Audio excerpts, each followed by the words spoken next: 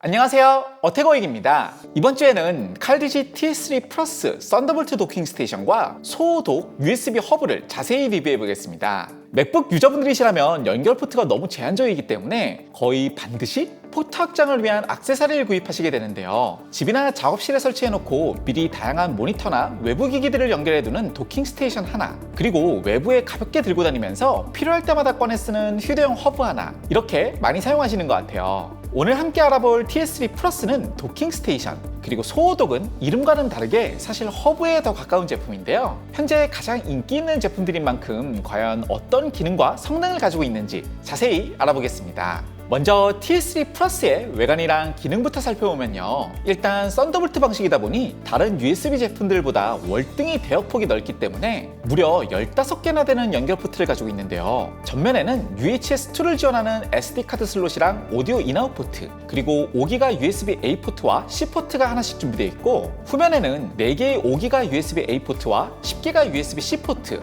4K 60Hz를 지원하는 디스플레이 포트와 디지털 오디오 광출력 포트, 그리고 데이지 체인을 위한 썬더볼트 포트와 기가비트 램 포트가 준비되어 있습니다. 만듦새나 디자인도 훌륭한데요. 손으로 만졌을 때의 질감이나 마감 수준이 거의 애플 제품들만큼이나 훌륭하고, 특히 애매한 이름 때문에 헷갈리기 쉬운 USB 속도를 5기가, 10기가 이렇게 명확하게 마킹해 놓은 점이 상당히 마음에 드네요. 워낙 사용되는 컨트롤러가 많다 보니까 180W짜리 아답터를 사용하면서 최대 87W로 랩탑 PD 충전도 가능하고요. 워낙 전력 사용이 많다 보니까 아무래도 발열이 꽤 심한 편이라서 제품 전체가 거대한 방열판 같은 형태로 디자인되어 있습니다.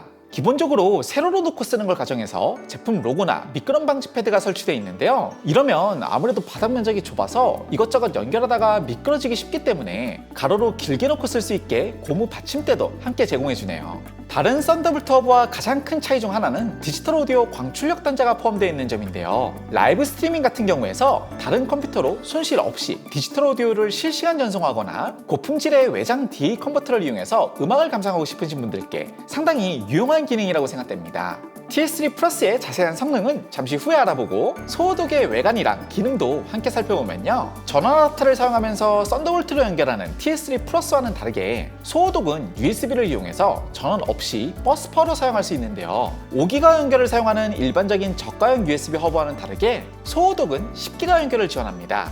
제품 용도가 도킹 스테이션보다는 휴대용 허브에 더 가깝기 때문에 같은 방식의 여러 포트를 제공하는 것보다는 하나씩 선택해서 사용할 수 있는 다양한 기능을 제공하는 데 중점을 두고 있는데요. 4K 60Hz를 지원하는 HDMI와 디스플레이 포트, 10기가를 지원하는 USB-A 포트와 C 포트, 그리고 UHS-2를 지원하는 SD 슬롯과 마이크로 SD 슬롯이 준비되어 있고, 별도의 외부 아답터를 연결하면 패스3를 통해 랩탑을 충전할 수 있습니다. 일단 휴대성에 중심을 둔 만큼 제품이 굉장히 가볍고, 여태까지 사용해본 거의 모든 허브 중에서도 만듦새가 가장 튼튼한 편인데요. 특히 허브를 가방 안에 넣고 다니다 보면 날카로운 모서리 때문에 랩탑이나 다른 소지품에 손상이 가기 쉬운데, 모든 모서리 부분이 이렇게 라운드 처리가 되어 있는 디테일한 배려가 상당히 인상 깊었습니다. 그럼 이제 두 제품의 자세한 성능을 알아볼 텐데요. 도킹 스테이션이나 허브의 가장 중요한 목적인 모니터 연결성과 외장 드라이브 연결 속도를 집중적으로 분석해 보겠습니다.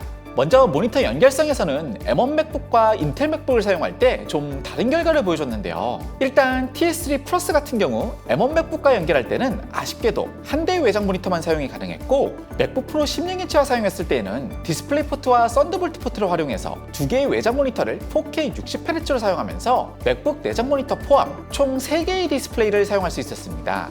그리고 소독에서는 M1 맥북과 맥북 프로 16인치 모두 디스플레이 포트와 HDMI를 이용해서 2개의 외장 모니터를 4K 60Hz로 연결할 수는 있지만, 외장 모니터끼리는 무조건 서로 미러링이 되어버리기 때문에 같은 화면을 서로 다른 장소에 띄워야 되는 특별한 목적을 제외하고는 사실상 한 대의 외장 모니터만 사용할 수 있다고 생각하시는 편이 좋을 것 같습니다. 참고로 윈도우즈 기반에서는 소독에서도 2개의 외장 모니터를 독립적으로 사용하실 수 있는데요. 이 경우에는 USB 밴드위스의 제약 때문에 해상도와 주사율이 4K 30Hz로 제한됩니다. 자, 이제 외장 드라이브 연결 성능을 알아볼 텐데요. 드라이브의 종류나 연결 상황에 따라서 상당히 뒤죽박죽인 결과를 보여줬기 때문에 하나씩 차근차근 설명드리겠습니다. 먼저 가장 많이 사용되는 삼성 T5를 M1 맥북에 직접 연결했을 때 이미 잘 알려져 있는 속도 저하 문제가 아직 해결되지 않았고요. 소호독에 연결했을 때는 직결과 거의 비슷한 속도를 보여줬고, TS3 플러스 5기가 USB 포트에 연결했을 때에는 직결이나 소호독을 사용했을 때보다 10% 정도 속도가 떨어졌는데요. 놀랍게도 TS3 플러스에 10기가 USB 포트에 연결했을 때 갑자기 이런 속도 저하 현상이 해결되면서 T5의 원래 스펙에 가까운 제대로 된 성능을 보여줬습니다.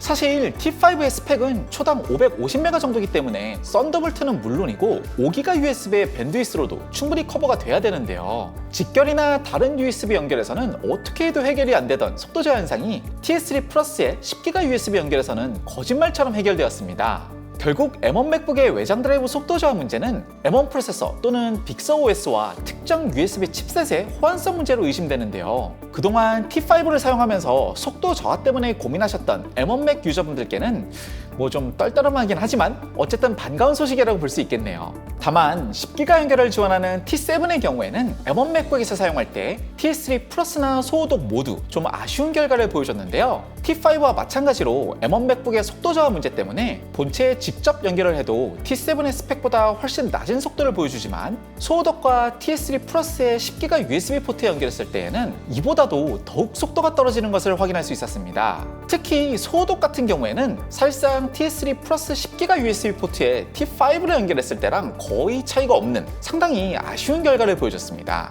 하지만 또 여기서 반전은 T7을 맥북 프로 16인치와 사용했을 때인데요. 앞서 M1 맥북에서는 아쉬운 결과를 보여줬던 소호독이 이번에는 직결과 거의 비슷하거나 약간 더 나은 제대로 된 성능을 보여줬고, 오히려 TS3 플러스에 10기가 USB 포트에 연결했을 때 상당히 큰 폭으로 속도가 저하되는 것을 확인할 수 있었습니다.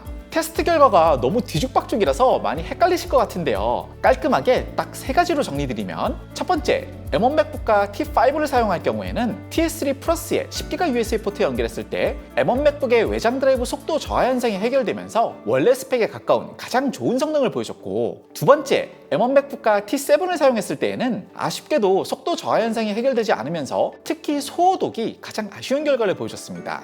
마지막으로 세 번째, 맥북 프로 16인치에 T7을 사용했을 때에는 직접 연결과 소호독은 원래 스펙에 가까운 정상적인 속도를 보여준 반면에 오히려 TS3 플러스가 가장 아쉬운 결과를 보여줬습니다.